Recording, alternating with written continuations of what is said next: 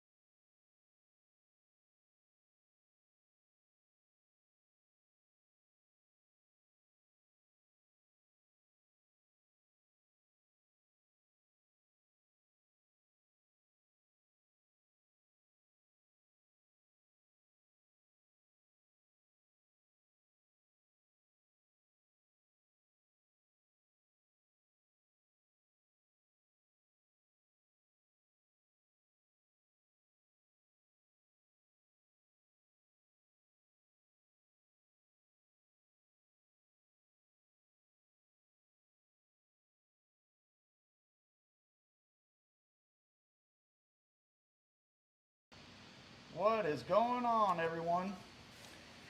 Welcome back. Welcome, welcome, welcome. So tonight, what we're going to do is we're going to go over the roller lifter situation that we've experienced over the years. I got a customer engine we're putting together right now for drag week, which we're under the gun. We're working ahead of this as we're doing this video right now. But anyway, last year my customer had a failure with needle bearing style roller lifter, and so I did a little research to try to find out what's available and what's a little better than what we had. And actually, we had a pretty top of the line lifter in there, for last year. And they actually had a couple seasons of drag racing on them, but not a lot of passes, maybe, I don't know, 50, 60 passes, which is nothing for a roller lifter. And but it did fail on drag week. I think he was in about 900 miles before it failed, and it looked like what had happened was the needles just failed, and it turned the axle blue and broke the axle. Unfortunately, he caught it in time before it hurt the engine real bad. I mean, it tore up the cam a little bit, so we had to replace the cam, and we had to fix the lifter bores and some other stuff, but it wasn't too terribly bad. So anyhow, I researched and to find out who is using what for drag week, because there's a lot of guys been at it a lot longer than we have, and they know what to use and what not to use. And so I came up with a company. It's called BAM, B-A-M, and Brad Miller is the owner and engineer of that company, and he used to be the engineer, I believe, at Crane. So anyway, he is making lifters now to fill that void, and they have a DLC coated bushing in them instead of a needle bearing. I believe the axle's DLC coated as well. and they're nice, real nice pieces. And so what I'm going to tell everybody tonight, I'd had a good conversation with Brad because I wanted to find out if we had to, use full oil flow on these things, if we could restrict it because you don't want all the oil going to the top end, especially in this engine because of the high RPM deal. Once the guy that has this engine gets it Use straightened that out. camera that's closer. Okay. Oh boy. I almost lost him. Don't throw him on the floor. Anyway, this is Brad's lifter, and so as you can see, the body is a solid piece. Oil actually goes in these windows on the side here, and then there's a pressure feed hole for the push rod here on this side, and then there's a pressure feed hole that I can't show you, but it's inside this little cavity here, and it actually pressure feeds the axle as well. And then, as a little precautionary, Brad added a couple on the sides here. So you can barely, I don't know if you'll be able to see them or not, but right there's where they are. So anyhow, I talked to Brad because we had that oiling problem, or bearing problem with that other roller lifter. So I asked him, I said, how much can I restrict it, or if I can restrict it at all? And he gave me a lot of good data. So depending on the oil and depending on the application, and there's other, a lot of multiple factors that go into this, but RPM range, et cetera, et cetera, et cetera. So Brad told me, he says he's got clients that are running as small as a 40 thousandths restrictor in the lifter board, restricting oil to the lifters in an endurance application. Like I do believe he said it's like a circle track, high RPM deal, like sprint cars.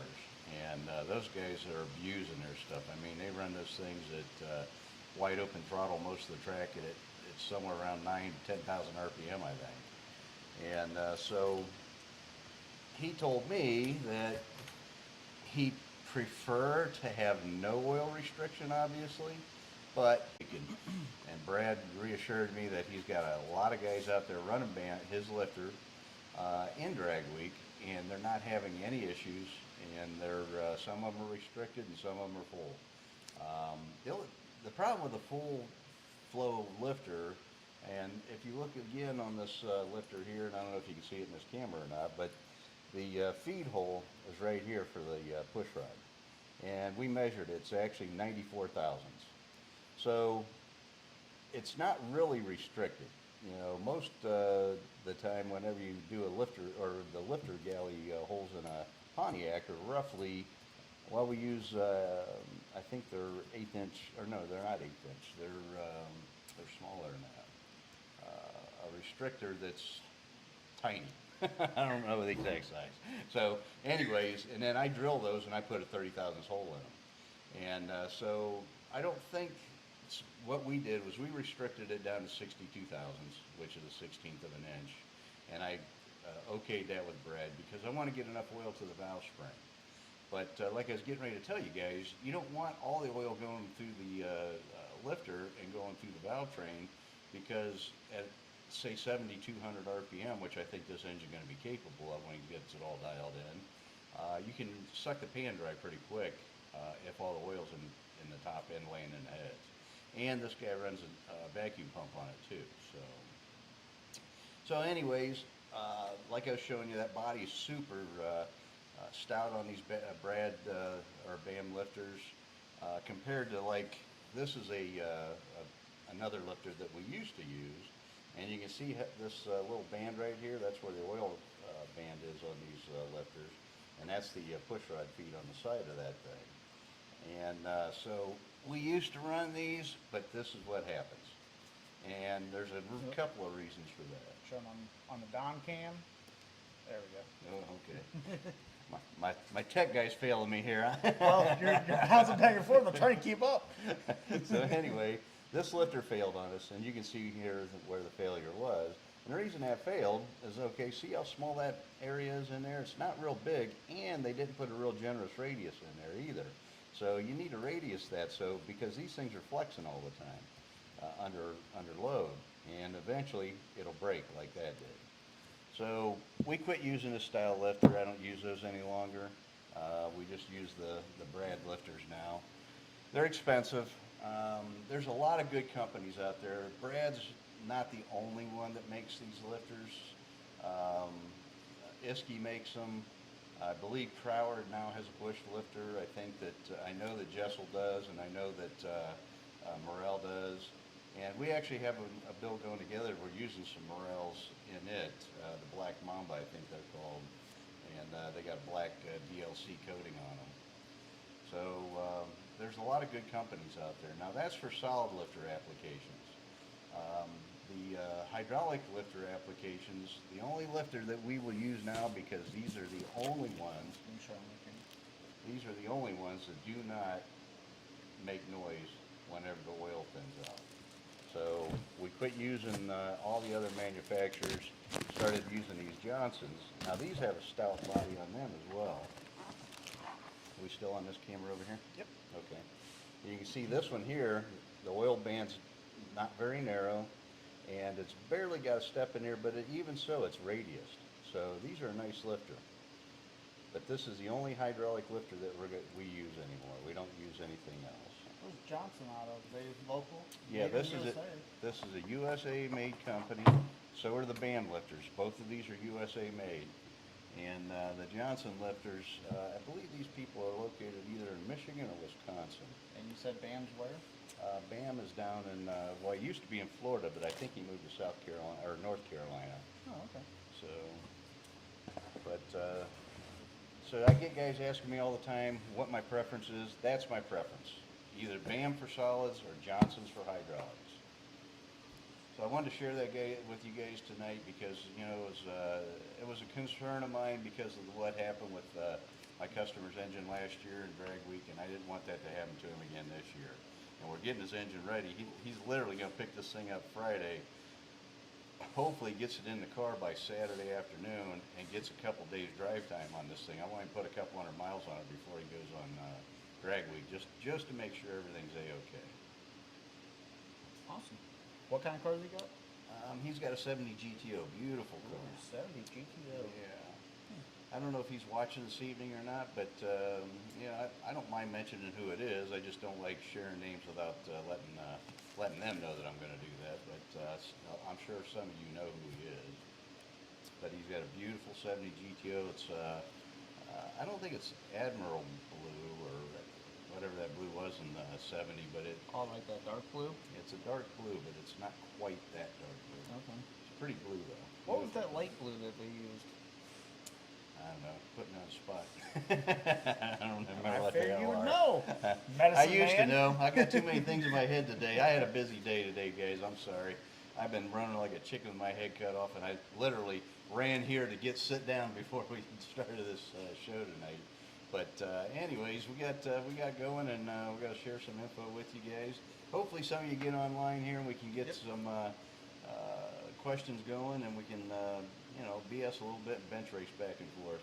Tonight, what I did was I put on the table. I got my stack injection I'm working on for my Ram Air 5 deal that I'm building. That's your own personal motor. Yeah, that's for my engine, and it's. I had Joe Blow over in Australia. He made the butterflies and the throttle shafts and stuff for me, and I was going to have him do the fuel injection setup, but he suggested that I go a different way, and that's what I'm going to do. But that was recommended to me by John Dornbush. Oh, John Dornbush. Yeah, and I'm sure he's probably watching. Oh, I hope he is. If not, he's missing out again. Mm-hmm. We do have 6 viewers, and just to let you guys know, if you look in the bottom left screen or bottom left corner of your screen, you'll see how many people are watching us right now. And also, if you haven't noticed already, but in the top right corner, we will be having, if you subscribe to the channel, your name will pop up. So those are cool little features that I kicked in just to add a little pizzazz to the stream here. So Question. So the guys that missed the first part of the show, can they back that up on their computer, or do they have to wait till after we're done? they have to wait till after we're done. Okay. So sorry about that, guys. If you didn't get here early enough, you missed some good data, and you might want to rewatch the show after we're all done tonight. Yep. Yeah. If you caught us a little too late, you can ask questions, and we'll try to get back to the subject. But Yep. You Yeah, I know, mean, if you got a question, I'll be happy to answer. It's not a big yeah. deal. But yeah. Can I butt in? What? You can, they can go back from the live portion. Oh, they Oh, can go can? back? They can. Oh, Oh, okay. YouTube must have, or was that Facebook? You can't do that. I think Facebook you can, but this you Okay. can't. I knew one of the two you couldn't. Ah, I just went back and started the whole entire thing, and then I pushed the live button and brought me back in the live. Oh, there you go. So All right. our cam girl is in the background. yeah, she knows it. She knows more than we do. Yeah, and she said with YouTube Live, you can go back and watch what we said previously. So, and then if you hit live again, it will put you right where we're at in real time. Cool. That's cool. Small block, I'm assuming SB 1320. I'm assuming that'd be small block 1320. I'm gonna just call him SB 1320. Yep. But he wants to know, have you ever done a 4 or 6 cylinder Pontiac? I used to own a 6-cylinder overhead cam engine that I had in a '67 Firebird, and it was a pretty trick piece for back in the day. This was back in, I don't know, man, it had to be, I think the late '80s is when I had that car. Might have been early '90s. Anyway, '67 Firebird 4-speed car with a 6-cylinder overhead cam Sprint 6 in it, and it had 13-to-1 compression. I ported the head, and we had a pretty nasty cam in it. At that time, you could still get camshafts for those engines, and it had aluminum connecting rods, the old Johns pistons. I don't know if you guys remember that company or not, but JHN, and I think they might even still be around. I don't know for sure, but it was a Johns forged piston, and of course I had to build a header for that thing. And I think it had a Clifford intake manifold on it because they were available back then. With a Holly, I had a 750 Holly on it. And that car was A actually 750 on a 4-cylinder? 6-cylinder. 6, oh, 6 Yeah, cylinder, okay. 6-cylinder. I thought you said 4, I'm sorry. Yeah, and that thing actually ran pretty darn good. I think the best ET I ever ran with that was like a 13, yeah, it was low 13s. It was like 1310, somewhere around there. It was almost into 12s. And that was back when we really didn't have a good handle on camshafts and stuff, so I had to buy an off-the-shelf cam instead of having my own ground. But it ran good. It was a good running engine. So was that a true Pontiac 6-cylinder? Oh yeah, that Pontiac made the overhead cam set. Yep. And was that the, not the 301 that we seen, that was an 8-cylinder at the track. Oh, that 303? 303, yeah. Yeah, 303, yeah. So what cubic inch was the 6-cylinder? I never knew they had 6 cylinders. Mine was 200 and, I used a Chevy crankshaft in it too. That was the other thing I did. So it was 290, I think it was 297 cubic inches, oh, just So under you 300. had it bored out and. Yeah, Okay. stroke. Yeah. So Stock factory- Chevys are 292s, and mine was 30 over, so whatever that would have been, I'm not exactly sure. Gotcha. Yep. He says, really cool. And DJ's here. Awesome. Awesome. And William, or Bill. Bill? Yep. Hey, Bill. He says he was sorry for being late. He was working on his 440, having problems. Oh, man. That seems like the story of our lives. We're always having problems, right? Right? Mechanical stuff. Why do we like working on these again? I don't get it. It's more fun to sit around bullshit about it. Absolutely. I think that's why so many guys like to talk about it. Yep. But yeah, I didn't know Pontiac made a 6-cylinder. I thought it was just Chevy 6-cylinders. Yeah, now I tell you what, if you want to see a bad little 4-cylinder, look up Nunzi Romano on YouTube. And Nunzi's got a 63, I don't know if it's a Tempest or Le Mans, but he's got a 4-cylinder in it with an old 421 Super Duty head on it. And last time I seen him run, he was deep in the 11s with that car. That's pretty impressive. I'm sure the car probably only weighs about 2,700 pounds, but still, that's pretty impressive for a 4-cylinder. NA, normally aspirated. How do you spell his name? Nunzi. Last name? Romano. I think it's Ramo.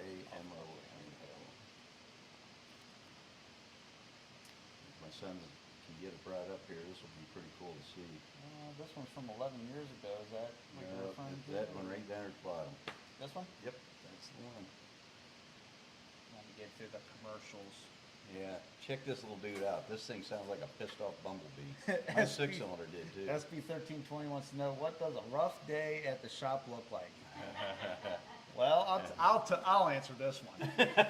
So, what it looks like is a lot of sitting behind the computer on Facebook and drinking beer. And so, Yeah, and if you believe that, that's what my son does.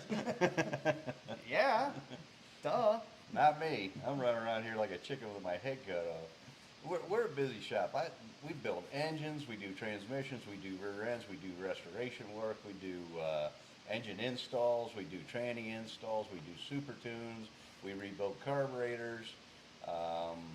We are constantly designing cams for guys, and like I just had 2 carbs dropped off today. I got I got 3 cams ordered for customers. I got another thing I do is car inspections and appraisals. So if you're a local guy and need a appraisal for your insurance company, I do those too. I've been in business for 42 years, and I know these cars like the back of my hand. So my insurance agent got me hooked up on doing that deal, and so I'm running and doing that, and I'm finishing reports for that, and getting pictures downloaded that we take at those, and loading all my notes into the computer. I got a lot going on, and I'm going to be working tonight still. After we get done with this, I've got a guy that wants me to do an inspection Friday on a Boss 429 Mustang, and so I got to run down to, no, it's in Canton. I was going to say it. I thought it was down in Dayton, but anyway, I got to run down there, and he wants to meet me there. He's flying in from out of town, and we're going to go over that car with the owner of the car. So I got a lot going on. All right, let's see if we can get this video up here. Yeah, hopefully we can get volume too, or sound. I can do that. Alright, this is pretty cool. But yeah, Nunzie's old school, and I'm sure some of you guys remember Nunzie.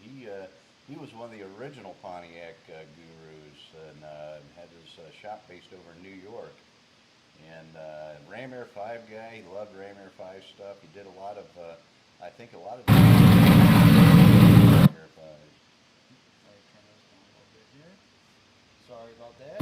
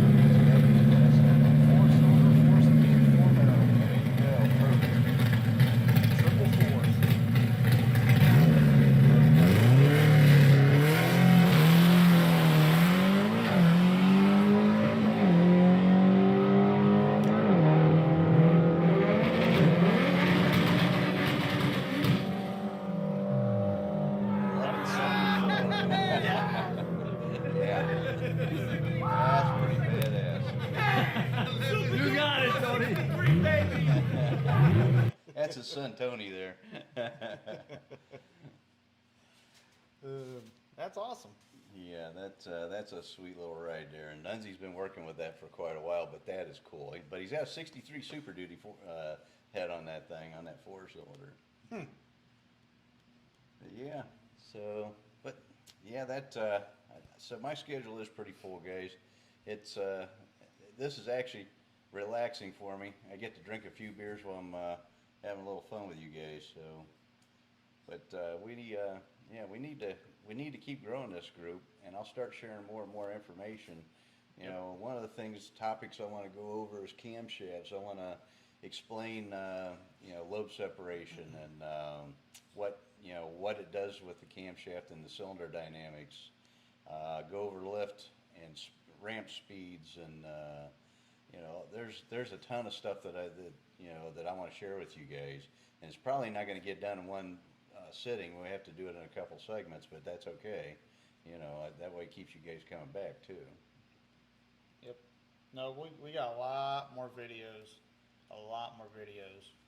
And this will get a little bit more exciting once we get a few more people involved, because then you know we'll get more questions, and Yep. then it'll probably get crazy, because that's what happened to me when I was on Canton Road, and I was you know, doing the seminars there, and I only had at that time, you know, 70 to 100 people would show up. So, but it was crazy, and a lot of times, I mean, I did it from 7 to 8 there too, but I didn't get out of there till usually midnight because everybody hung around. We were BSing about stuff till then. Well, we got 8 people watching now, so it's growing, It is growing. and That's it's good. awesome. Yep, that's Yep. awesome. You know what? I don't expect this to happen overnight. No. It took me probably 9 months to get up to 70, 80 guys at the shop. But the more we do, the more guys we get too. So my son and I were just talking about this tonight. What we want to do is we want to do a raffle again, like I did before. Well, not a raffle, giveaways. Well, we can't do a raffle. Mm. Not allowed. Not allowed. Says who? Hey. So anyway, okay, we're not going to do raffles. We're going to do giveaways. But I'm gonna, yeah, I'll probably, you know, get headers and camshafts or whatever. You know what I mean? And but I got to have a pretty good sized audience before I can do that. But Yeah. I did it when I was on Canton Road, and it worked out well. Yeah, we're going to figure out ways to get, you know, merchandise, our merchandise, and stuff that we have that, you know, that you guys could use for. It's not going to be just something that you're going to throw away or anything. Well, not only that, we'll do T-shirts, and Yeah. we'll do ball caps and hoodies and shorts for the girls, or tank tops, and I know somebody that can do that. yeah. So we get all kinds of things on the plans, but getting there. We just Yep. got to get there. Yep. Bill says it's not his 440. It's his neighbor's tight cam number 4 bearing. That sucks. Yep. And SB 1320, he wants to know, what was it like putting in all the R&D into the cylinder heads you developed while not knowing how popular they would be? Well, there is a lot of R&D. Well, I think before you get into that, though, I think you got to rewind back to the Tiger head, because you already kind of knew how popular your Rammer 5 head would be from the Tiger head. Well, I did, and honestly, the Rammer 5 head has actually done a little better than I anticipated, because it's not not for everybody. You know, the port arrangement's totally different. This is the intake manifold. This ain't a header. So you see the two intake ports are together, and this is an intake port on each end here. Those are not zoomies. Yeah, those are not zoomies. That are intake runners, and those are 3-inch in diameter too.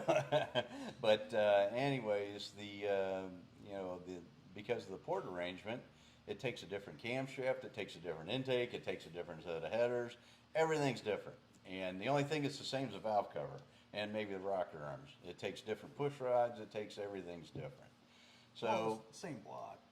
Yeah, it goes on a block. I made it so it'll fit on a I made it so it's for a 4-150 bore, but you got to put such a little exhaust valve in it that it, you know, it kind of restricts the cylinder head a little bit. But if you want to run on the street, you can do that on a 400 or 455, and you know, have that wow factor when you pop the hood. You know, not very many people have seen tunnel bored heads, especially for Pontiacs. But so you know, the head. You're right. It was a lot of stress, because it costs a lot of money to develop a cylinder head. Yeah, you see all that gray hair right there, everyone? Yeah, I just got that over the last 10 years. And so that the money part of it, and then the stress of trying to run a business and trying to develop the head, and working with you know, CAD designers and with foundries and with machine shops and everything that goes into it. I mean, it's a lot of work, and it takes years to develop. I mean, it doesn't happen in a couple of months like everybody thinks it does. Yeah, where's that 3D print at? I put it back in the cabinet. I didn't keep it out because I didn't know if we were even going to discuss that this evening. But yeah, so I mean, we 3D printed a lot of the parts out of plastic. My buddy and CAD designer. We call him Sam, but his name's Salvador Augusta. Man, this guy's a whiz bang when it comes to scanning parts and reverse engineering them. And he did all the CAD design on my Ram Air 5 stuff, all of it. And God love him, because I tell you what, he had to put up with my ass through a lot of stuff. So and I got grouchy over a lot of this too. And Sam took it like a trooper, man. You can show them on that camera if you want. But so anyhow, this is our one of our prototype models we made. You can see we actually used filler inside of here to develop the intake port and the exhaust port. And what was cool about this, even though it's plastic, I was able to actually cut a valve job on these. So we could then, we could do valve analysis too. And it shows, and it printed it with the water jacket in it. It shows me where the water's all going through the cylinder head here and underneath the intake ports into the water holes and around the combustion chambers, around the spark plug. You can see where it goes inside there and around the spark plug. I don't know if you guys can see that or not. But there's, I had to make sure there's plenty of water around the chamber to cool the chambers. And then it allowed me to do like the oil drain back. This is the oil drain back hole right here. So there was a lot of things. And then the other thing it did too is it allowed me to see the deck net thickness. So like over here, it wasn't as thick as I wanted it to be. So we ended up making the deck about that thick over on this side, almost as thick as this side here. Because I wanted this head to be good for like a turbo or a blower car or a nitrous car. I wanted to have a nice solid platform for this cylinder head so it didn't warp or crack. But yeah, and Sam, he did all that for me. Another thing he did too, and it's kind of hard because he's not really a car guy, so he didn't know the history of Pontiac, so he had to read my mind, which is really hard to do. Yeah, it is. And so when I'm talking to this guy, it's like I'm talking to him in Spanish or something. He couldn't quite grasp what I wanted to do. And that's okay, because he did awesome. I wanted to keep the factory features on the ends of the heads. If you look at a factory Ram Air 5 head, it has these features, and it has this freeze plug on the end. That was important to me. I wanted everybody to be able to identify it, that who knew what a Ram Air 5 head looks like. And the other thing was, too, is they actually put air injector bosses on these because they were going to put these in production cars. And they had to use an air pump on them to get these things to pass emissions, even back in 69 and 70. And then these are machining pads that GM used to have. They had a jig that the head would sit in, and it sat down on that machining pad, and that's how they machined everything.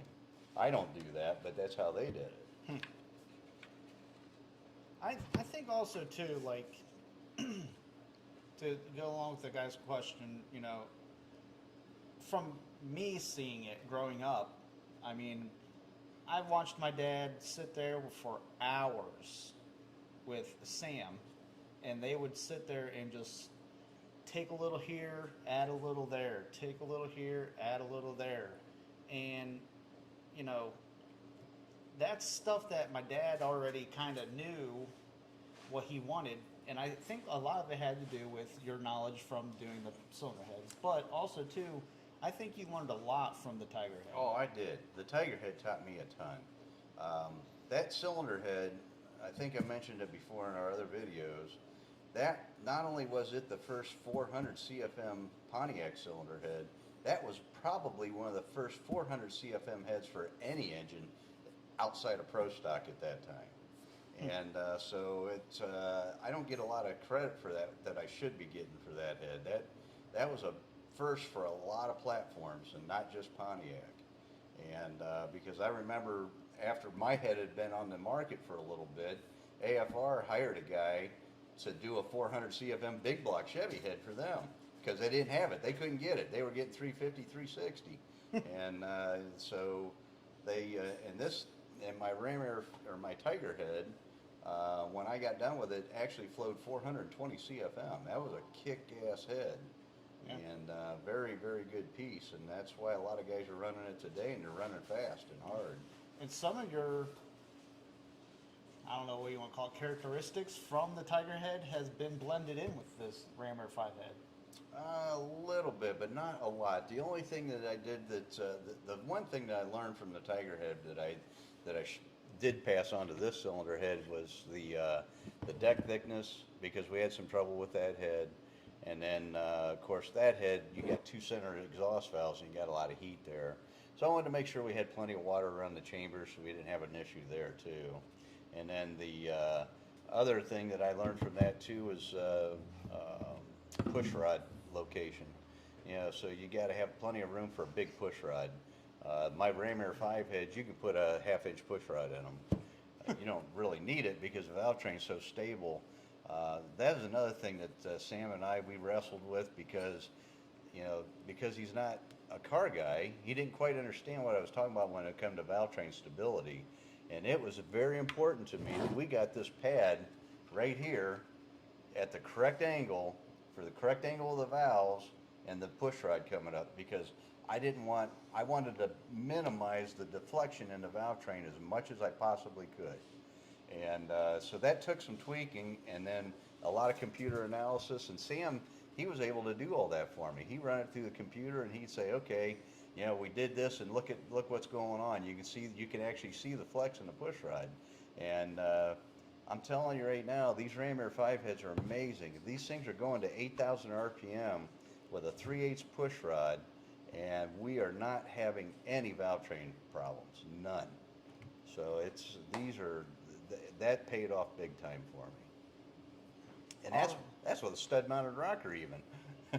Wow. Yeah.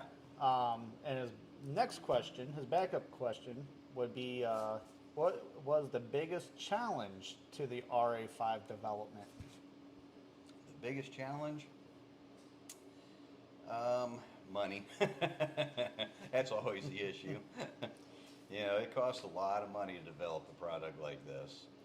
I think too, though, just from outside looking in, it would have been trying to convince people to buy this head over the Tiger head. Well, or just buy the head, period, you know, because it's expensive. I didn't cut no corners on this product, so I can't sell it for discount store pricing. You know, everything in this product is top of the line. And we used the best foundries.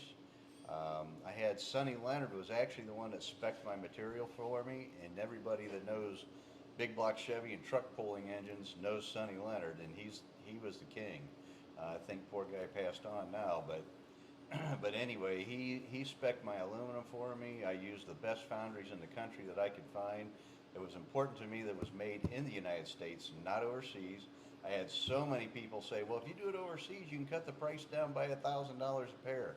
I don't care. You know what? If you don't want to pay my price, don't buy my head. I got a competitor out there. You can buy him cheaper from him. I don't care. My product, I'm not cutting corners on. I want it to be the best it can be. And to do that requires premium parts, premium CAD design, premium everything. I mean, it's expensive. It's not cheap. Yep. For sure. But I will say, I mean, this has to be, I mean, just cast. I would say this has to be the best Pontiac head out there. Well, that remains to be seen yet because we're just starting to get this going. You guys got to remember, you know, everybody says, well, is anybody doing it? No, it takes a long time to develop an engine program. And there are guys doing it. But they're not, you know, it's their first at bat. So it's like anything. When you first start doing something, you have to learn. You got a learning curve to go through. You're not going to go start from little league and go into the pros. It just isn't going to happen. It don't work that way. And the same thing with cylinder head development or engine development or any of that stuff. You got to take certain steps before, and you got to learn from them steps. And, you know, guys get mad at me all the time. Well, you told me you'll do this. No, I didn't tell you that. I said it's capable. I didn't tell you you'll do it. It is capable. There's a big difference between capable and doing it. It'll do it if you've got enough gumption and enough money and enough everything around you support to make it happen. If you don't, it's not going to happen. Guys fail all the time. Well, Ed Page has a good system going on right now through heads. Absolutely. Ed's doing what it takes. He's figuring things out. Yep. And that's the thing. I would say R&D is still going on with these heads. Mm-hmm. They're not figured out yet. you have what, 3 customers maybe that are really pushing to see what these heads are capable of doing? Yeah, we got a couple guys, good old boys down in Tennessee, and if they're watching, I'll mention who they are. But they've got some beautiful cars, and they got a couple sets of my heads, and they're trying to figure these things out, and they're doing really really well actually.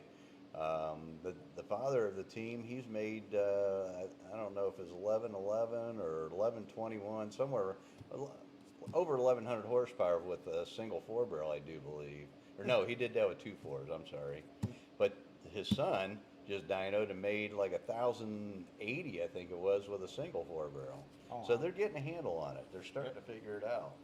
And everybody thinks because the problem with the Ram Air 5 head, the biggest problem is because it's like a mystery head to everybody.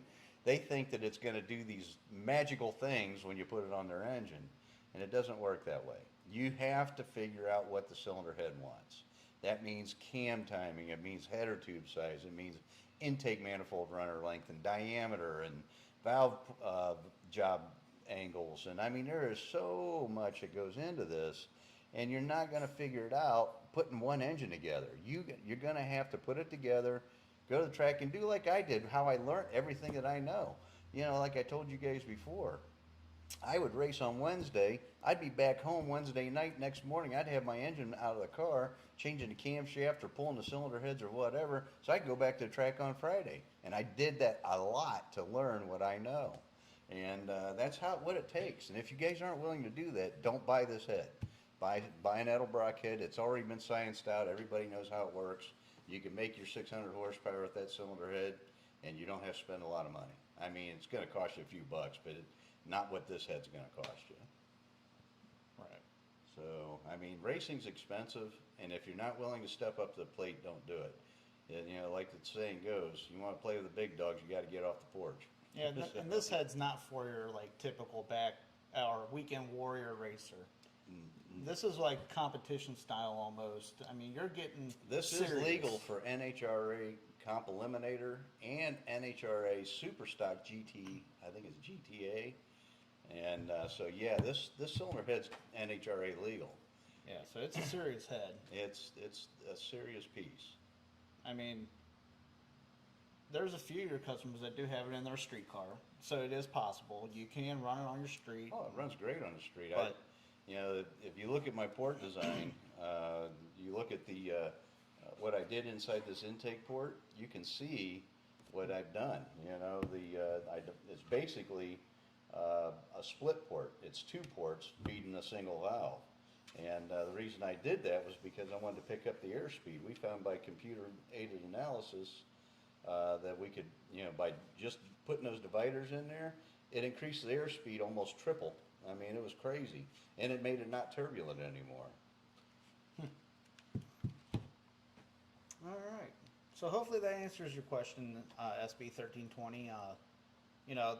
It's more than just a simple answer because really there's a lot that goes into it, and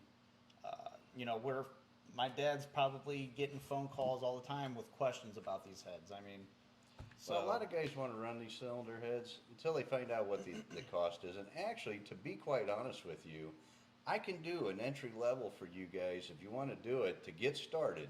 The nice thing about this head, look at the platform. You can't look at the initial cost and say, oh, I can't do it. Look at this platform. You are unlimited when it comes to making horsepower with this cylinder head. And the reason is because my port we got a race port that is quite a bit bigger than this port. So there's a lot of room to grow, and you can make a lot of horsepower with this cylinder head if you're smart and you know how to play with camshafts and play with cylinder or valve seats and all the different things that go into it. But anyway, getting back to an entry-level price on this, I can do a package for you guys with the headers, the camshaft, the cylinder heads loaded, ready to go on the engine. Now this is entry-level. It's stainless valves and springs for like a 750 or 800 inch lift cam. It's a 2-inch tube header, custom ground cam for a stock cam journal size and a factory block. What else it comes with? I'll provide you with the Johnson lifters if you want hydraulics. I don't recommend that. I recommend the solid lifters. You said intake? The intake base, the intake stuffer that goes inside the intake, the top plate. It takes a separate water crossover. There's a lot of parts and pieces that go into this package. The head stud kit, the valve guide plates for stud mounted rockers, the Harlan Sharp roller rockers that will fit these cylinder heads.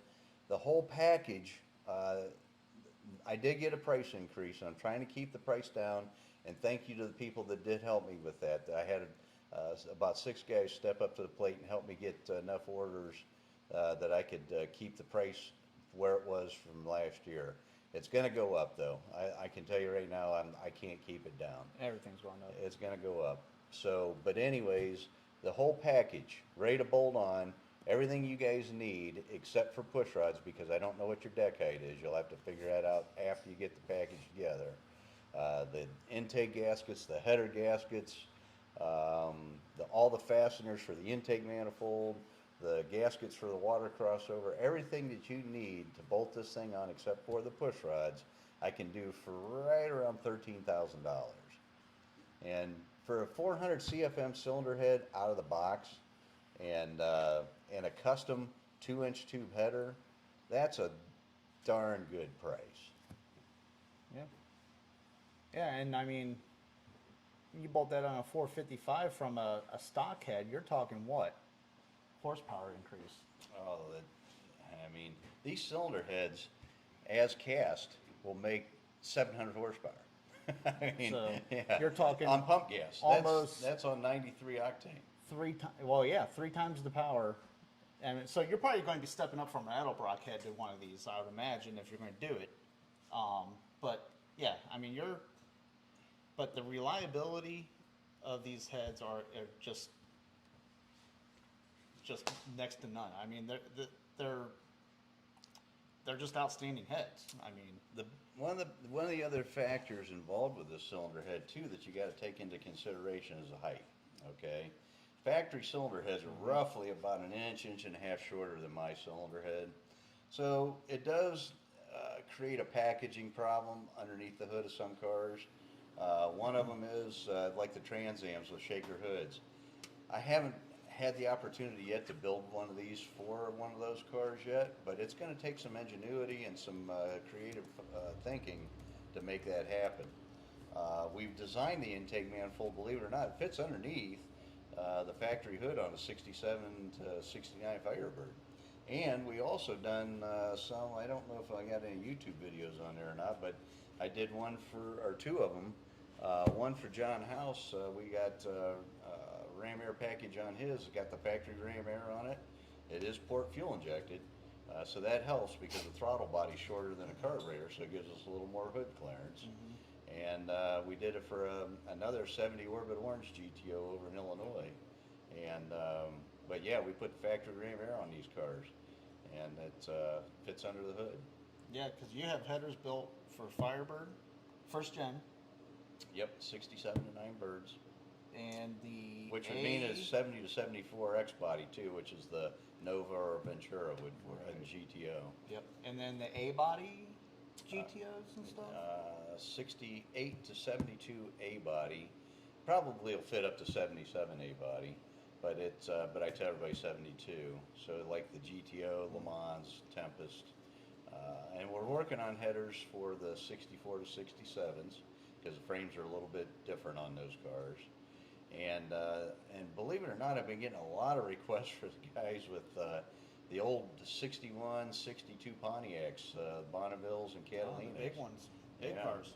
So, but I believe my F-body header will fit that car too, because the steering box on those cars is right next to the engine, just like a Firebird is. And that's stainless steel headers. No, they're not stainless. Oh, they're mild They're steel? mild steel. Oh, I And they're thought not they were coated stainless. either. Yeah, I suggest to everybody, fit them on the car first, make sure we don't have to modify them in any way, then get them coated. And you shouldn't have any problems because you and Brandon spent. I mean, I remember walking in. You'd have a car up on the lift for days, custom building it. We built all the prototypes. Yeah. You know, and we build them with, for Brandon's cars, a 2¼ inch tube, but we build the ones that we sell as production headers in a 2-inch tube. And then the ones for the 67 or 8 to 72A body, we actually prototyped those for a good customer of ours too up in Michigan, and he's got the prototype I think on his car. So, but yeah, so and we made them so that we could put the factory header starter up in there without unbolting the header. So if you have to pull the starter out at the racetrack, you don't have to unbolt the header. You can just unbolt the starter, drop it out of the way. And you made it a little easier for the oil filter too, didn't you? Yeah, it's really tight, but you can do it. It's just tight. I You got a big tube. You know, Yeah, you got, it's a huge tube. There's compromise. You got to compromise. I'm not God. I can only do so much.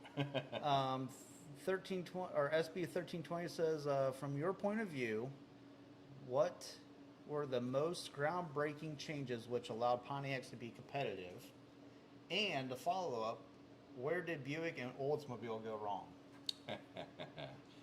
Well, you know, Buick actually, they did better than Oldsmobile because they had the Grand National.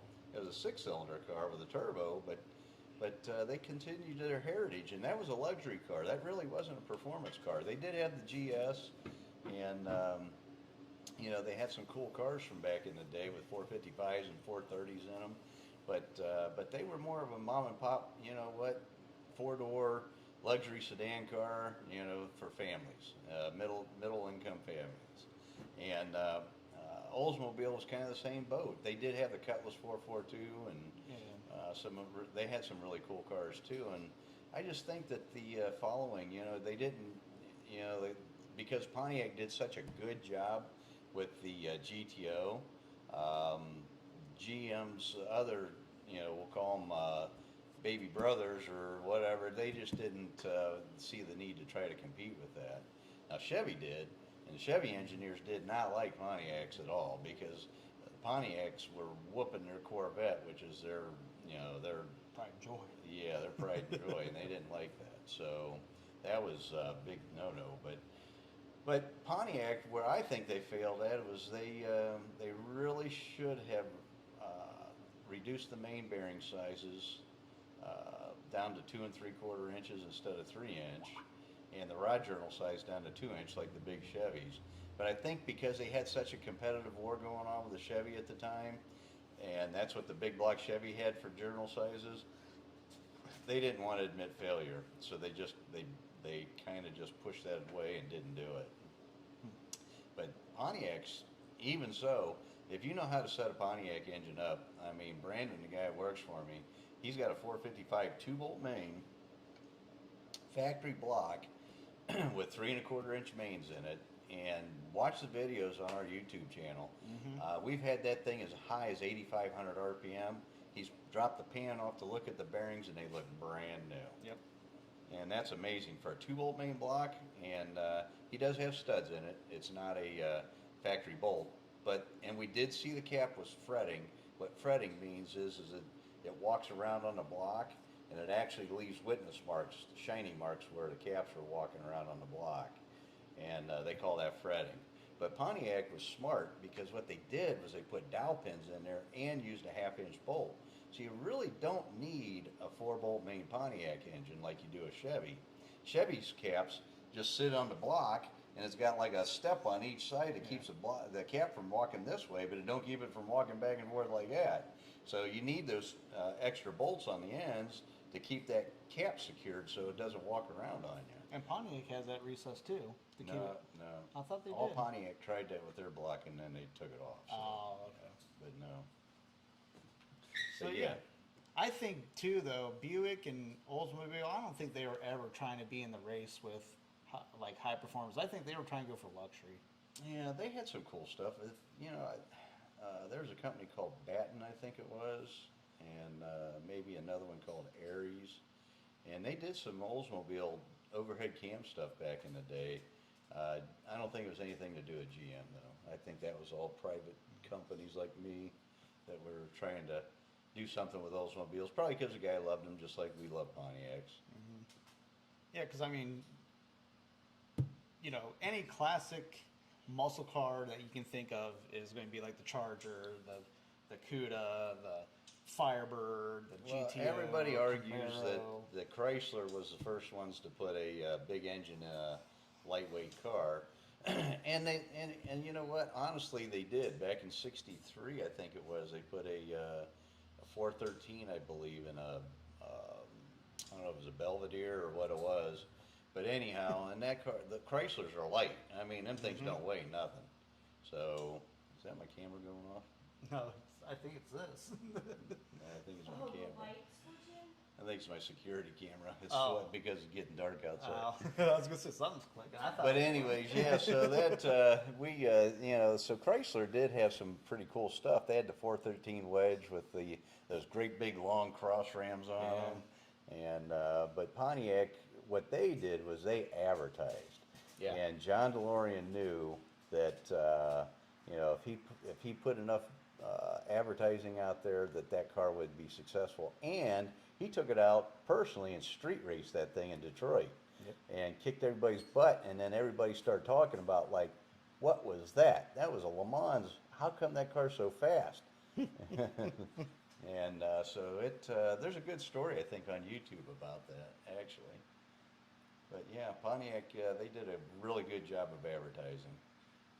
I wish they would have continued. I think that they should have got rid of, well, they did get rid of Oldsmobile, but they should have probably thought about not getting rid of Pontiac whenever they downsized GM. SB 1320, he asked, did they inherit? I'm assuming it's he. I'm sorry, I shouldn't even assume. They asked, did they inherit design issues like valve angles or combustion chamber issues which don't lend well to high performance? I'm thinking that you're talking about the Buick and Oldsmobile, and they did have poor combustion chamber designs. Yeah. And Oldsmobiles, that's a good little thing to touch on real quick. You can't use a Buick carburetor on an Oldsmobile or a Pontiac or a Chevy. You can't mix them. You can't use an Oldsmobile carburetor on a Buick or a Pontiac or a Chevy, any of those. And the reason is because each one of those engines, because of the cylinder head design, combustion chamber design, and different things like that, the metering circuits in the carburetors are totally different on all those carburetors. Now, when I say you can't use it, you can't just take it off a 455 Buick and put it on a 455 Pontiac and expect it to run perfect. You can put it on there and it'll run, but it's just not going to be optimized. And I learned that kind of the hard way. I put a Buick 455 carburetor on one of my Pontiac 455s, and the car just turned into a turd. It wouldn't even hardly turn the tires over. And so I thought something was wrong with my engine. So I screwed around with plug wires and timing, and I messed with this car for about a month. And finally I put my Quadrajet back on the car, and boom, instantly back where it was. So, and I did the same thing with a Chevy carburetor on a Pontiac. They just have a totally different circuit involved, and they just won't run the same way. I was gonna say, typically what you see is a Chevy on top of a Pontiac. A lot of guys put Chevy carburetors on Pontiacs, and they don't run right. We straighten out a lot of those cars. I get a lot of them here, and I take and show them what's going on and put one of our Pontiac carburetors on it, and they can't believe the difference. They thought it ran good before, but then when they get a Pontiac carburetor on it, then they're amazed. So, That's funny. but yeah, I would say that the Olds and Buick engineers probably they weren't concerned about performance, honestly. They had a 455 because everybody was doing 455s. And so they just put it in the Buick GS because that was their sports car at the time. But and those are cool cars, and I've got quite a few Buick customers, and I've done some work on them, and they run good. I mean, I've got a couple of guys out there running 11s with factory iron heads. Yep. And those cars are heavy. They're like Pontiacs. Yep. They might even be heavier than Pontiacs because they got all the insulation and stuff in them. He said, "Yep, that's what he was asking, or they were asking, and thank you for explaining why Buicks and Olds didn't continue to compete." Yep, that wasn't their thing. They were more into the luxuries, and rightfully so. I mean, look at the beautiful cars they had. Yep. You know, the Electra 225 and the Chrome everywhere. Oh man, those cars are gorgeous cars. It was Now like we you're did have a riding Buick boat. guy that used to run the track back in the day. Whenever we used to run at Meander, Youngstown, he had a Buick Electra 225, and I think he had a 455 Buick in it too. But it had a regular radial, not a drag radial on it. But because the back of the trunk from the bumper to the rear axle was as long as this table, and so it had so much overhang, it literally would pull the front left wheel off the ground that high, ran like 1280s on street tires. It was crazy. It was a cool car. And Mom wants us to talk about the time that you endangered my life. One of the many times that you endangered my life. Oh, yes, please. When did I do that? When haven't you done that? Got stuck on the curb. So I was probably 9, 10 years old, I would say. Probably 10 or 11. What store are you going The after? minivan. Oh. I didn't endanger your life with that, but it was funny. We were late for his baseball game. He's in the Little League. Yep. And there's by an intersection that's by our house. There's a medium, a curb, and it's probably as wide as this table. But it was probably, I don't 6 know. inches, 8 inches Oh no, tall. it was more than that because I had a minivan. Anyhow, what Ford happened? Aerostar. We had a Ford Aerostar, so I don't know how far those sit off the ground. Maybe that high. So that curb was at least that high, and there was an accident in the intersection. So I thought, you know what? I cannot wait. My son's got to get to his ball game, and I'm going to be late. And my wife's going to be yelling at me. So what I did was I backed up and I went over the curb. Well, we were stuck. Yep. So I got my son hopping over the seats in the back, bouncing the van back and forth, and I would gun it whenever he would get the back tires on the ground. We shot up over top of it. Yep. We went from bounce, bounce, bounce, bounce off. That ain't endangering your life. That's No, an experience. not at all. We The were cars laughing were about coming that. at us, and they're beeping the horn and everything. And my dad's just, all right, run to the front. I had him hopping over the seats back there. Thank God he was little. But we got it rocking, and we got the tires on the ground. Boom, it went over. And we made it home. That wasn't endangering. That was fun. Oh yeah, that was great fun. SB 1320 says, did you do anything with the Buick V8 in the Tempest? In the Tempest. Which one's that? I'm not sure I'm following which one it was. Oh, no. I know what you're talking about. The aluminum V8s that they had back then. I did not. I never messed with any of those. They weren't real sound engines. They had a lot of problems even back then, and I just never messed with any of them. I don't remember. It was 200 and it wasn't a very big engine. It was like a 280 cubic inch engine, I believe, or something. I don't remember now. Oh, so it was like a small V8. Yeah, and it was aluminum V8, so it didn't Pretty have a lot light. of integrity. It was light, but it didn't have a lot of integrity. Right. But yeah, I never messed with any of those. So yeah, those are just one of the many crazy stories. We need to tell the flow bench story, how we got that. Oh, we'll save that for another day. Yeah, that was good times. Yeah, yeah. If any of you guys know the originator of Outlaw Street Rod Performance, you'll know what I'm talking about, and that's only as far as I'm going to go with it. I will tell you that he had an altar in his house with candles. And guess who got to see it up close and personal? That without was my dad. That was an experience too. That was fun. We didn't die. Yes. I've been through a lot. The 42 years I've been in business, it's been very colorful for me, and I've been lucky. I mean, it has definitely not been boring the last 42 years of my life. And my son's got to experience a lot of it. I've taken him to a lot of places. I mean, now if Mom wants to talk about endangering your life, I sent you home from Norwalk when you only were 14 years old and you drove home. Yeah. Yep. Now, I did have my buddy Dave in the truck with me. Yeah. He was passed out, but Yep. he was in the truck with He you. was with us. Yes, he was. And we had to drive through a big ditch because it was all muddy and everything that time, and Oh, yeah. and they had the one end blocked off, and you guys Yeah, took thank off. God he had a 4x4 truck. Yeah. But yeah, my son got to learn how to drive when he was 14. Actually, he learned how to drive sooner than that. Yep. His mom doesn't know all the times I took him out and let him drive, but Yep. Mom's not dumb. yeah, I know she's not. But that was good stuff. Oh yeah. But yeah, we've had some good times. Yep. The one thing that I did do that is scary, and it scared the daylights out of me. I lost my son at the beach at Myrtle Beach, and he was only 2 years old, 2 or 3. Two or three. Yeah, I don't remember. You were just a little guy. You had how much older is Rachel or how much 4 year older? difference. Okay, so you had to I be was probably 3. 4 then. Well, yeah, you- 3 or 4. Yeah, Yep. you had to be 3.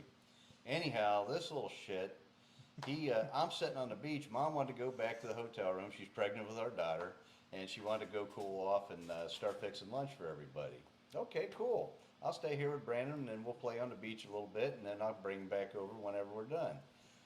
So she walks away, and he must have seen her walk away, because he was playing in the sand with his sand toys. I'm looking at him. I was just playing with him, and I'm looking at him right in front of me, literally right in front of me. And I went, this is no kid. My wife says no, but this is honest to God truth.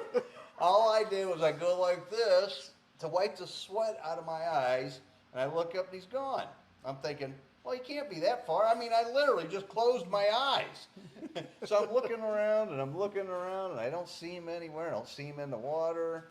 And now you gotta remember, this is a 3-year-old boy that's got blonde hair. So very desirable for who knows what kind of people are out there. And so I'm freaking out because I can't find him. I'm hoping that he didn't go in the water and drown, but I don't see nobody in there. I'm running around and I'm literally sweating profusely because it's 90 degrees anyway. And I'm asking people, you seen this blonde-haired little boy? Well, there's like 50 of them around there. So, yeah, there's one there, there's one there, there's one over there. I'm running around for like 15 minutes at least trying to find my boy. So finally, I think to myself, I gotta go get my wife. I don't know what happened to my son. We're gonna have to call the police. And, Bite the bullet. and then, yep, I gotta go. I gotta go over to, so I left all the stuff that we had at the beach there, and I went, now this is the scary part. We were staying at a hotel across the street from the beach. What is that, Atlantic One? Ocean Boulevard. Ocean Boulevard. 4 lanes of traffic now. And speed limit's only 25 miles an hour, but still, 4 lanes of traffic. A 3-year-old. So he crosses 4 lanes of traffic to the hotel we were staying in. We were on the 3rd floor. He had to make his way up to the 3rd floor, and he knew exactly which room we stayed in. So thank God he's a smart little shit, because he went up and knocked on the door and went into the hotel room, and my wife had him the whole time that I'm freaking out. I mean, I'm freaking out and panicking like you don't even know. My heart's pounding so hard it's going to come out of my chest. So finally, I'm looking all over the hotel park. I'm looking everywhere. I can't find my boy. I'm done. I'm gotta get my wife. So I'm pounding on the door, and she comes to the door. Well, actually, Brandon comes and unlocks the door. I think I buckled. And had I been smart, which I wasn't, I could have played it off like, yeah, I just dropped him off here while I went and rinsed off the sand toys. But no, not done. I had to tell the truth. And man, I pay for that still to this day. As well as you should. But it was, honestly, it was innocent. She says I was looking at girls. I didn't have time to look at girls. And that's why I got bad luck now. I used all my luck getting to that room. Oh my gosh, it's amazing. How does a 3-year-old find his way across 4 lanes of traffic, up the steps, into the right room? I don't get it. I don't know how he did it. I don't even know how I did it. That's amazing. So apparently he was pretty observant. SB1320 says, if you had to own 3 Pontiacs for daily driving, which would they be? For daily driving? Huh. I know when I was a kid, I was like, well, probably around same age, 10, 11, as the van mishap. And you drove that 91 Trans Am? Well, that was a 87 Trans Am. Oh, 87 Trans Am, okay. Yeah, I've always had Pontiacs. I had an 87 Trans Am that was a daily driver.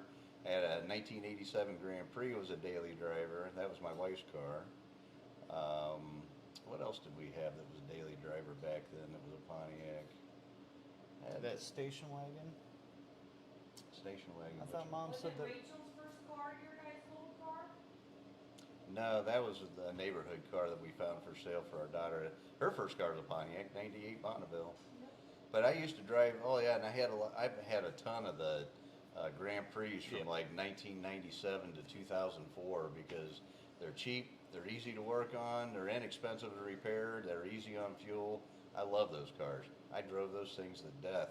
And I mean, a buddy of my brother's bought my last one I had, and it had 220,000 miles on it, and he put another, I think, 200,000 miles on it after he bought it from me.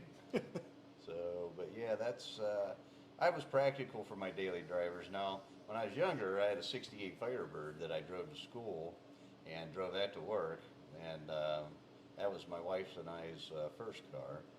And then my dad had given me a 68 Firebird 400 4-speed car. I didn't use that for a daily driver, but I did drive it a lot. And I had a 78 Formula. When my wife and I got married, I knew we needed a dependable vehicle, so I bought a 1978 Firebird Formula from Jim Pace Pontiac, which used to be Knaefel Pontiac. And I remember that because it was his daughter's car, and they thought they had it sold, and so they wrote me a deal on that car for $3,800. And then, but they thought it was sold, so they wrote me another deal, and I'm kind of wishing I would have got the other deal, but on a 78 Gold Trans Am. And I was going to pay $5,400 for the Trans Am, and I didn't get the Trans Am. I ended up getting the Formula. But yeah, that was my wife and I's first car when we first got married. And we drove that to the Poconos, Pennsylvania Poconos, and I had to rebuild the carburetor on that on the road because everything fell apart on it. So, But if you had 3 of them, though, to choose to drive daily, today, what I would drive today, I don't know. So what would be a car that I would like to drive today? Well, right now my wife's got an '06 GTO. That's her daily driver. So she's got that car, and I've got a '07 Chevy Suburban. That's what I like to drive. I prefer trucks. Pontiac never made a truck, so I got to go the GMC thing or Chevy on the trucks. I would like to find a '58 or '59 Apache with that had a Pontiac V8 in it. Well, actually, it'd be a GMC that had a Pontiac V8 in them. I would use that for a daily. that'd be cool. Yeah, I'd love to have one of those. I had a '59. My wife kicks me in the ass all the time for Yep. selling it. Yep. It was a cool So truck. is your grandson. Yeah, I know. Everybody hated me after I sold that truck, and I should have kept it. He wants to know. Yeah, I keep saying he. They want to know thoughts on Venturas. I had a '71 Ventura too. I've had a lot of Pontiacs. I had a '71 Ventura with a 292 Chevy inline 6 in it, and I like that car. That was a cool little car. I would buy these cars. I mean, they're not in great shape because I use them for winter beaters is what I buy them for. And I drove that '71 Ventura for 2 winters, I think it was, and all my friends laughed at me. And then I paid, I don't remember what I bought that car for, like $1,500 or something, and sold it 2 years later after I drove it for winter beater for like $2,500. Wasn't it canary yellow? No, it was blue with a white roof. What yellow car did you have? I had a '77 Trans Am, it was yellow. Oh, okay. Yeah. I've had a lot of cars. A lot of Pontiacs. Mm-hmm. Absolutely. The only Pontiacs I have not ever had, I've never had a '64 GTO, and I don't know why. I've never had a '73 GTO. That's the only 2 GTOs I've never had. All the other years I've had. So I've had 71s, I've had 72s, I've had 74. I've had a lot of 70s, had a lot of 69s and 68s. Had a couple, I probably had about 5 or 6 67s. I had two 66s. I had, I don't know, probably 5 65s, but no 64s. The first year for him. Yeah. So yeah, I've had a lot of Pontiacs through the years. Love Pontiacs. And I bought Grand Prix for my drag cars because they were cheap. You could get a G-body, you know, the 80, 81, 82, 83 G-bodies back then for less than $1,000. Yep. And they were clean. So, Yep. and they had a full frame under them. That's what I liked about them. I've had a lot of Firebirds too. I've had, I don't know, probably half a dozen 67 Firebirds and I don't know, 4 or 5 68 Firebirds and a couple 69 Firebirds, and I had a 73 Super Duty Trans Am. I wish I'd have never sold that car. That was a cool car. I should have kept that car. What do you think the best GTO, best year? I love 65s. They look futuristic even though they're old, but they got so much chrome on them, and that rear belt on the back for the chrome panel across the back, that is just cool. Yep. I love the looks of those cars. Well, that car too had like the perfect balance of sport and luxury. Yeah, those cars were big. You know, Yeah. I had that in my retail here, and I had my '68 Firebird in here next to it, and that car's probably about 1.5 feet longer than the Firebird. They're big cars. Yep. Not little like you think. Definitely not like a mid-sized car today. Right. Today's Yeah. mid-sized cars are dinky compared to the mid-sized cars from the '60s. Yeah. But yeah, back then those cars are beautiful cars. And you know what? I'm not partial to just Pontiacs. I like Chevys. I like Chryslers. I like all of them. I prefer Pontiac over everything else. But I've had a lot of Chevy trucks. I've had a lot of Ford trucks. It's amazing to me how many vehicles I start thinking about how many vehicles I've had. Yeah. I had an '84 Chevy C10. I gave it to him. I had a Pontiac 400 in it. Yep. And he's still got that 400. He's going to put it in the '67 Firebird that he got from me. Yep. So, but yeah, I mean, that '67 Firebird he's got, I've owned that car for probably 35 years. Yeah. And the Sat in the 68, garage. 68 Firebird convertible I've owned that car for darn near 30 years. Yep. So I've had a lot of cars, and now I've got a 65 GTO, a 67 GTO, a 70 GTO Judge. I've got a 61 Catalina convertible. I've got a 78 Trans Am. I've got what other cars do I have right now?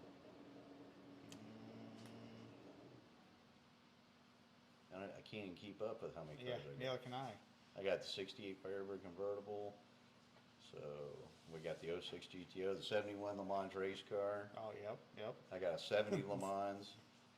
I've got Yeah, 70 Le Mans. Yeah. yeah. So still got a lot of Pontiacs. Yep. And SB 1320 says they like the 65 as well. First year for vertical headlights. Yep.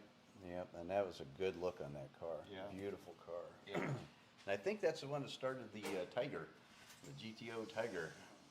64 was the first year for the muscle car, but 65 was the Tiger in the tank. And I think that was part of a gasoline commercial type deal is what it was.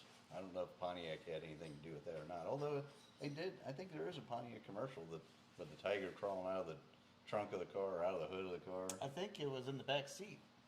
I don't remember now. But I don't yeah. remember either. And it was a white car like I had. Yeah, I just remember wide track Pontiac. Them were the good old days, man. If we could all just go back 40 years, 50 years, man. And that's the other thing, too. The cars that I had that I parted out, when I was in high school, I had a 69 Firebird 400 4-speed car, and I should have taken the hood off of it. Those 400 hoods are worth a bunch of money today. Anyhow, I pulled the engine out of it and transmission out of the car, and it had a posi rear end in it and everything. It was a beautiful car, blue with white interior, and I donated it to my high school, and we did one of those car smashes where you take and smash it with a sledgehammer, so to raise money for the high school. And we did. We raised a lot of money, and they literally beat the doors, the roof, I mean, they beat everything off of that car you could beat off of it. Bill Rosenberg, or how you say his last name? Rosenberger. Rosenberg. I don't know why I'm struggling with that. But he says, his wife says hi. Hello. And SB1320 says, keep it going, gents. Thanks for answering my questions. I hope to catch you again. Awesome. Well, thanks for tuning in, buddy. I Yep. appreciate it. Yep. And hopefully we get a few more people in the audience next week. Keep sharing and make sure you tell all your friends so that we can build this. It is getting better. It's Yep. This is Yep. only our third time. Yep, third And- time. Well, actually, second time. The Yeah, first the time I first time screwed up. We failed the first time. So this is our third Third video, attempt. but second time doing it without too much issues. Yep. So, yeah. But yeah, so I think we're getting close to our time to quit here. I don't know. Oh yeah, we're an hour and 21 minutes in, so you know Okay. that's awesome. Yeah, well, thanks for hanging with us, guys. Yeah. I appreciate you spending your Wednesday evening with us. Yep. And so make sure and tell your friends so that next week, hopefully, maybe we can do 15 people. You Yep. know? And we're gonna try to figure out a way to do some giveaways next week as well. We're gonna give away some of these koozies to give away to you guys. That way you guys can keep your beer or whatever your beverage of choice is. While you're watching us. Yeah, watching us. Keep it nice and cool. Hey. And they'll give us a kind of a test run to figure Write out how we're going to do write it. some questions down this week too, so Yeah. we can so we have some things to talk about next week. Yep.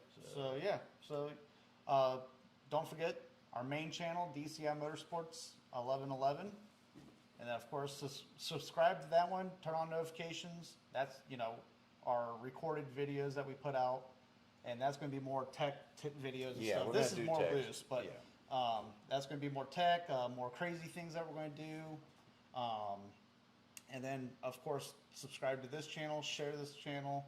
This is going to be our live BS bench racing channel podcast. Kind of like what we're doing tonight. Yep. You know, no structure, just kind of bullshitting and having a little relaxation time. Yep, absolutely. So yeah, I think that's going to be it for the night. And Yep, I think we can sign off. yep, and we'll see you guys all